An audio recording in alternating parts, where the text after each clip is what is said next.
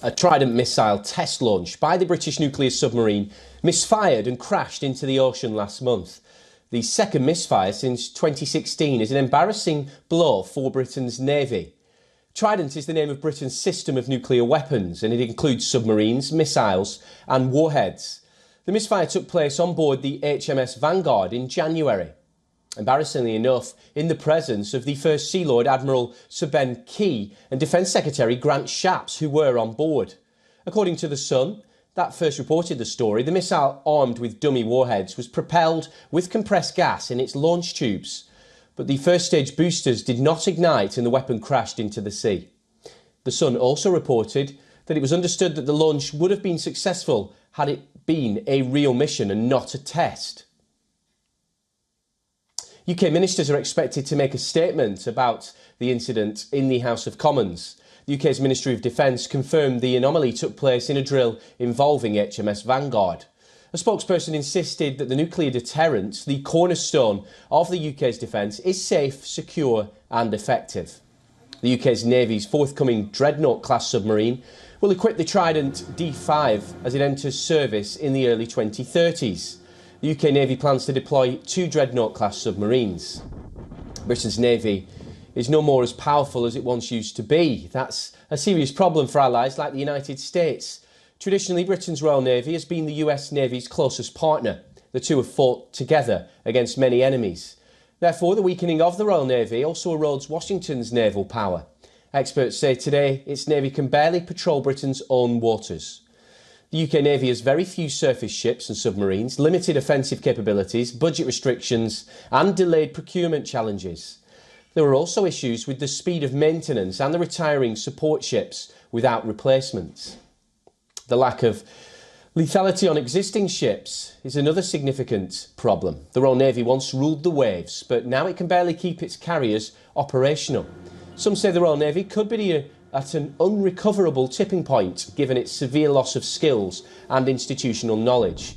Nothing will arrest the decline in such a scenario, even if greater resources are available in the future.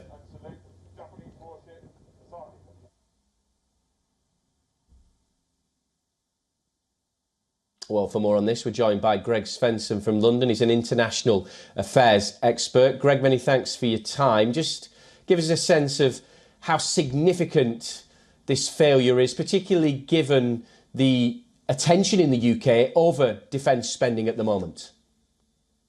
Yes, I think it's more of the second part of your comment. It's just an indication of the lack of credible commitments to keeping the Navy in Tier 1 form. And whereas I don't think the failure of this particular Trident missile, and as you know, it happened previously in Theresa May's administration a few years ago. I don't think that's in itself a big problem. I think, this was just, an unfortunate mishap, but I think it points to the bigger issues, which they'll be addressing in the House of Commons today. And it's not just the Navy, it's also the Army. In 1989, when the Berlin Wall fell, there were 153,000 British soldiers in the Army. Tony Blair brought it down to 110,000. David Cameron, this is both parties. David Cameron brought it to 87,000, and now he's the current foreign minister.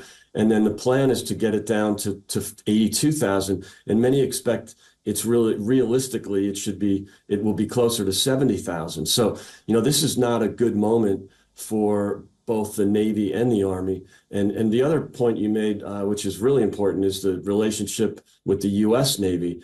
And unfortunately, the United States is going through the same problem. They're shrinking their fleet to it'll be down to 286 ships by 2025, by next year, while the Chinese are ramping up to well over 400 ships. So this is a problem for both the U.S. and the U.K. I don't think the U.K. necessarily has a lock on this. Yes, they need to, I think, upgrade the Navy, make a bigger commitment to it. But this is a problem for both the U.S. and the U.K.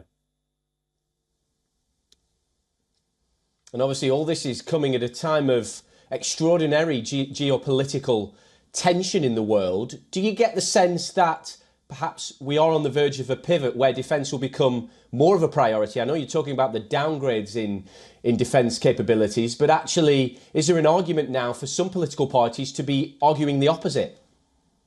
Yeah, I think there is. I think that's a really good point. This might be the wake-up call. This kind of mishap, and also you had the NATO exercises, Operation Steadfast Defense, the other day. That was in some ways a demonstration of the ability of NATO to get together and defend, but it also turned out to be an indication, perhaps, of its weakness. So, this might be the moment where parties on both sides of the aisle, both right and left, decide that it's time to upgrade. We haven't seen that yet. The President Biden, unfortunately, cut the defense budget 3% in real terms, and then you had, I think you had some of the news coming out of the NATO exercises suggesting that I think the West really needs to reposition. Right now, the British military can't really be considered tier one. The only tier one militaries in the West right now are the U.S. and France.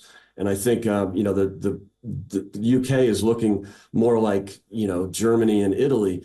This is by no means a criticism of Grant Shapps, the current defense minister. This has been going on for a generation.